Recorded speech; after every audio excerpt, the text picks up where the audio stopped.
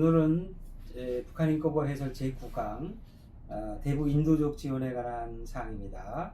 오늘도 우리 이 북한인권법 해설서를 필한 저자 우리 김태형 변호사님으로부터 고견을 듣도록 하겠습니다. 북한인권법 제8조 인도적 지원에 관한 규정은 딱 8조 하나밖에 없는데 사실은 이제 인도적 지원에 관한 법제가 만들어진 게 있습니다. 그게 이제 현재는 남북 인도적 사업이 협력 사업 처리에 관한 규정이라고 하는 것인데요. 이게 이제 남북교류협력법, 남북협력기금법의 하위법규라고 할 수 있는데 이 규정에 대해서 좀 간단히 설명해 주시죠. 네, 지금 말씀하신 남북 인도적 사업 및 협력 사업 처리에 관한 규정은 이제 통일부 고시로 된 거죠. 그러니까 이제 행정 규칙이라고 할 수가 있습니다.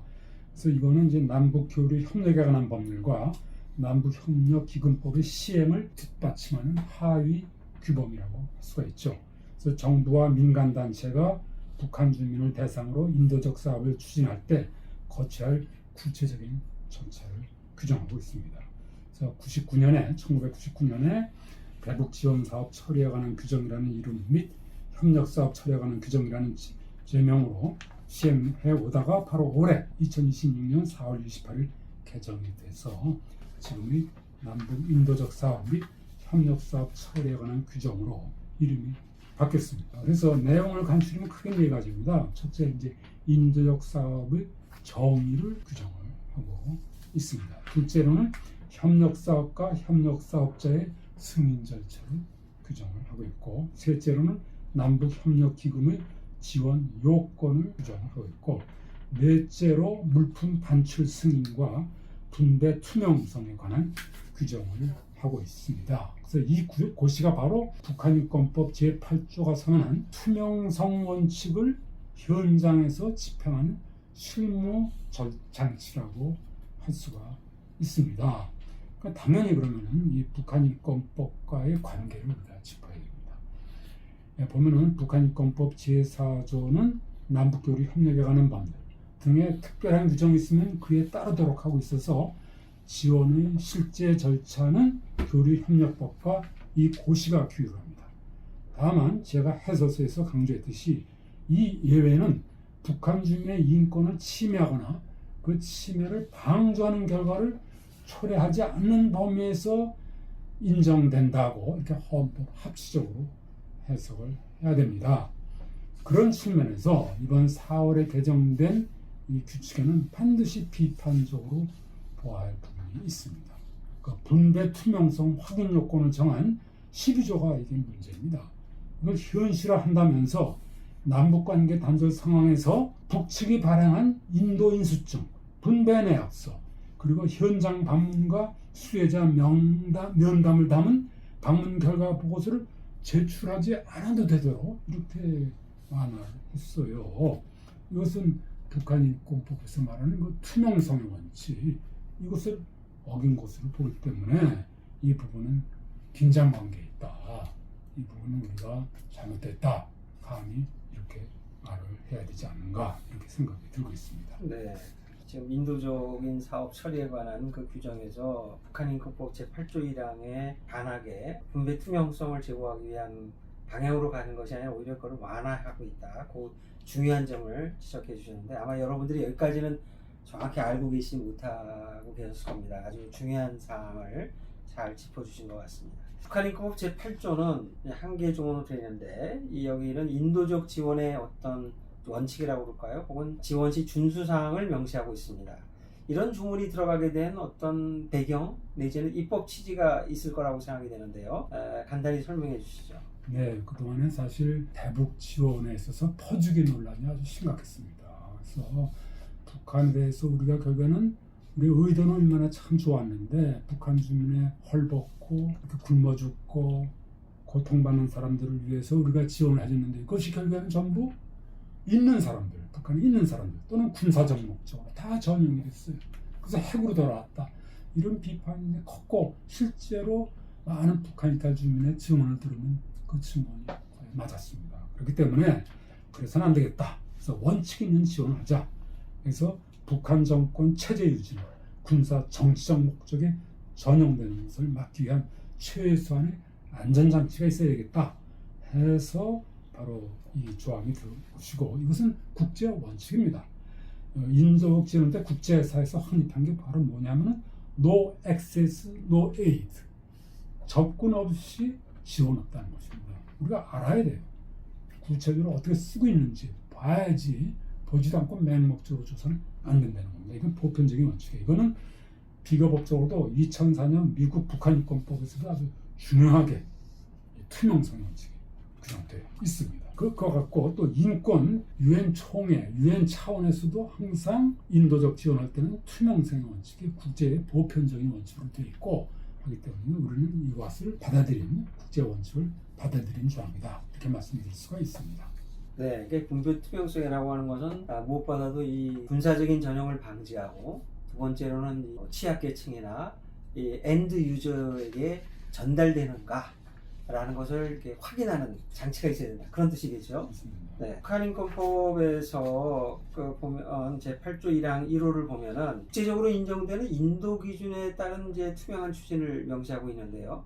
여기서 국제적으로 인정되는 인도 기준 이게 도대체 무엇을 말하는 걸까요? 네, 그게 바로 그 이제 1991년 유엔 총회에서 천명을 했어요. 그래서 humanity, 인도성, 중립성, neutrality, 그다음에 공평성, impartiality, 그 세 가지 원칙이 선언을 했고 그 이후에 2004년에 다시 또 독립성의 원칙, independence가 되어가지고 오늘날 국제 인도 지원의 4대 원칙으로 확립되어 있습니다. 여기에 이제 1994년 국제 적십자 운동가 NGO들이 채택한 재난구호 행동규범이 있습니다. Code of Conduct라고 하고 또 그리고 지원의 질과 책임성에 관한 실무 표준인 Sphere Standards라고 해서 인도 지원 헌장과 최소 기준 등 국제사회에 이미 이룩한 인도적 지원 원칙에 대해서는 거의 표준화가 되어 있습니다. 그래서 이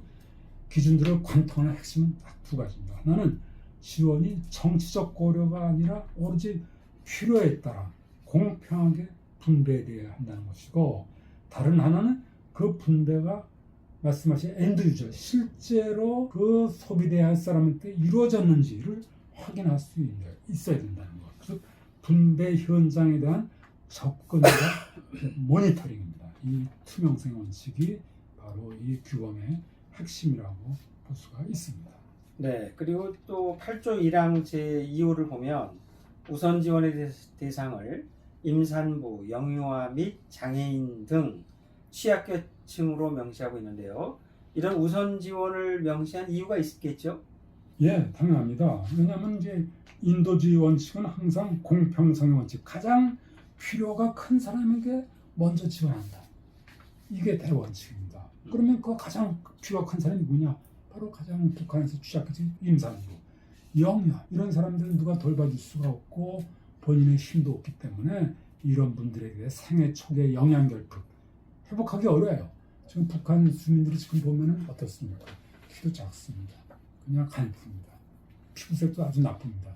어렸을 때부터 태아기 때부터 영양보급을 어머니부터 임산부부터 영양을 못 받았기 때문에 그래서 이 임산부와 영유아 굉장히 취약계층이고 그 다음에 이제 장애인이 이제 추가가 돼 있어요. 이 장애인은 역시 굉장히 취약한 사람들이기 때문에 이러한 분들에 대해서 이제 해야 되고 이거는 재정 능력의 부재가 아니라 정책적인 선택에서 발생하고 있다.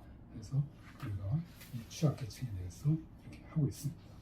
취약계층의 우선인데 처음에는 임산부 영유아 중심인데 나중에 장애인이 들어가게 그렇습니다. 되고요. 2024년에. 네, 그것도 아주 중요한 지적인 것 같습니다. 그 다음에 이제 제 8조 2항에 보면은 국가는 민간단체 등이 시행하는 인도적 지원에 대해서도 제1항 각호의 사항에 준수되도록 노력해야 한다.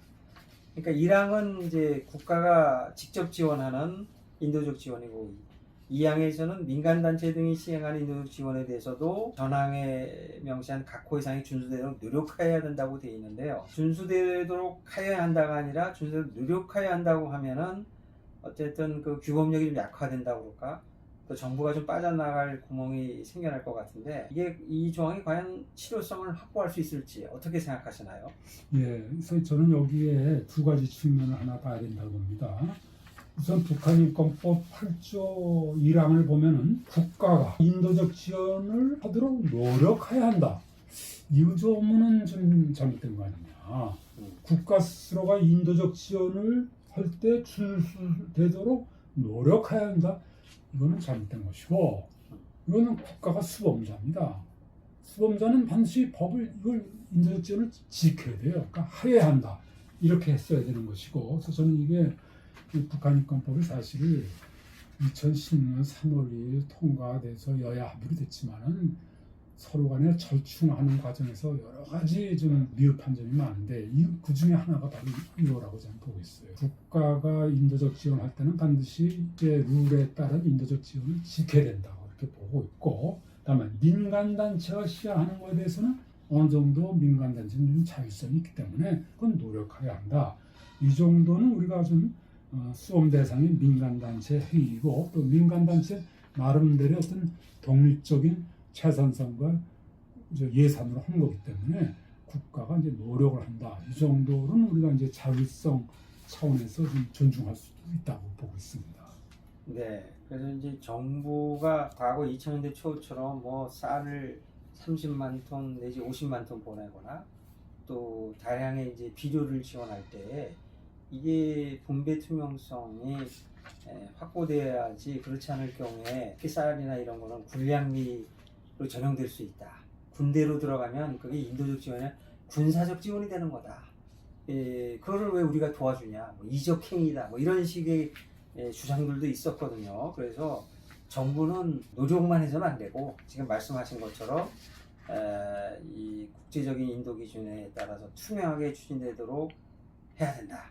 그냥 준수되도록 노력하는 애가 아니 준수되도록 해야 한다. 명시하고 이거를 개정하는 것이 타당하다. 그런 말씀이신 것 같습니다. 오늘 그 대북 인도적 지원 제9강에 관해서 살펴봤고요. 조문이 한 개다 보니까 또 이렇게 뭐 많은 시간을 할애할지는 현실적으로 어렵고요. 오늘 강의는 여기까지 하도록 하겠습니다. 지금까지 경청해 주신 여러분들 감사합니다. 네, 감사합니다.